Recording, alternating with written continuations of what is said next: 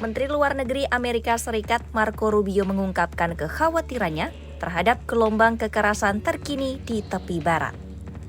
Ia menilai situasi itu dapat mengancam upaya untuk mempertahankan gencatan senjata di Gaza. Dalam konferensi pers pada Rabu, Rubio menyebut ada kekhawatiran atas melebarnya insiden kekerasan di tepi barat yang dapat memberi dampak buruk terhadap perkembangan di Gaza. Menurutnya, upaya untuk menjaga stabilitas di Gaza dapat terganggu jika insiden terus terjadi. Namun Rubio juga menegaskan harapannya agar kekerasan itu tidak berdampak langsung pada gencatan senjata.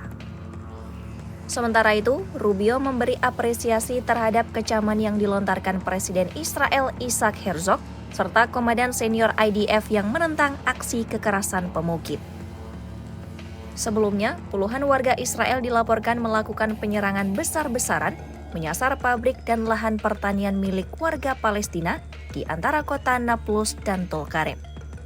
Sayangnya, Perdana Menteri Israel Benyamin Netanyahu beserta koalisinya tidak mengeluarkan pernyataan publik tentang insiden ini. Beberapa pihak mengkritik pemerintah karena dinilai membiarkan serangan terus terjadi hampir setiap hari. Komentar Rubio dinilai sebagai pernyataan langka dari pemerintahan Presiden Donald Trump yang selama ini cenderung menghindari persoalan kekerasan pemukim. Pada hari pertamanya menjabat, Presiden Trump menghapus rezim sanksi yang ditetapkan Presiden sebelumnya, Joe Biden, terhadap individu dan entitas pemukim ekstremis. Sejak saat itu, kekerasan di tepi barat dilaporkan terus meningkat. Serangan terus berulang, termasuk di sejumlah desa Kristen. Pada bulan Juli, Duta Besar Amerika Serikat untuk Israel, Mike Huckabee, yang juga seorang pendeta, mengunjungi salah satu kota terdampak. Ia menyerukan agar para pelaku penyerangan diadili, namun hingga kini belum ada tindakan hukum nyata yang dilakukan.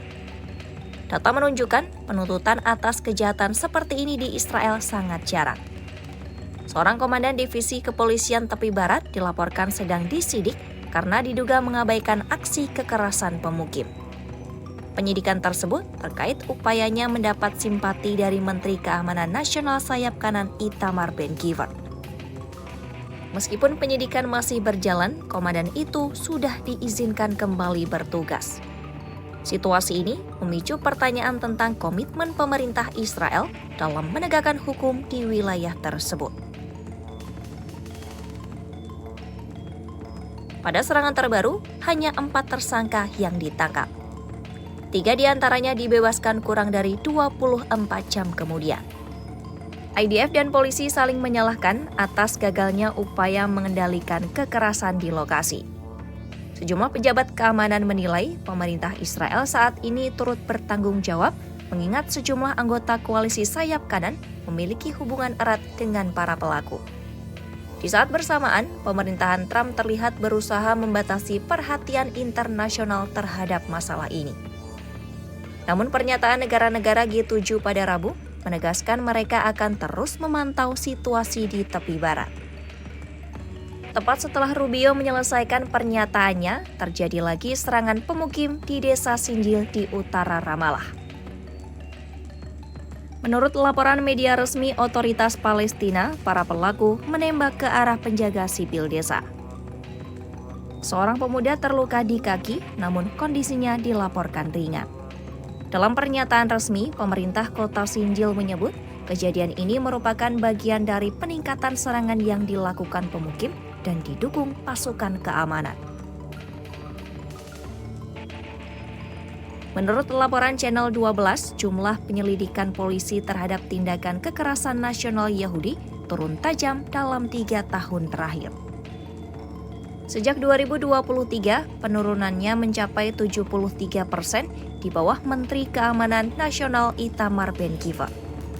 Polisi hanya membuka 60 penyelidikan pada tahun ini dibandingkan 150 kasus pada 2024 dan 235 kasus pada 2023. Angka penuntutannya juga rendah, hanya 10% penyelidikan yang berujung dakwaan pada 2023 dan presentasenya terus menurun tahun berikutnya. Ben-Gvir diketahui merupakan politikus sayap kanan yang pernah menjadi pengacara untuk warga Israel yang dituduh melakukan tindakan ekstremis.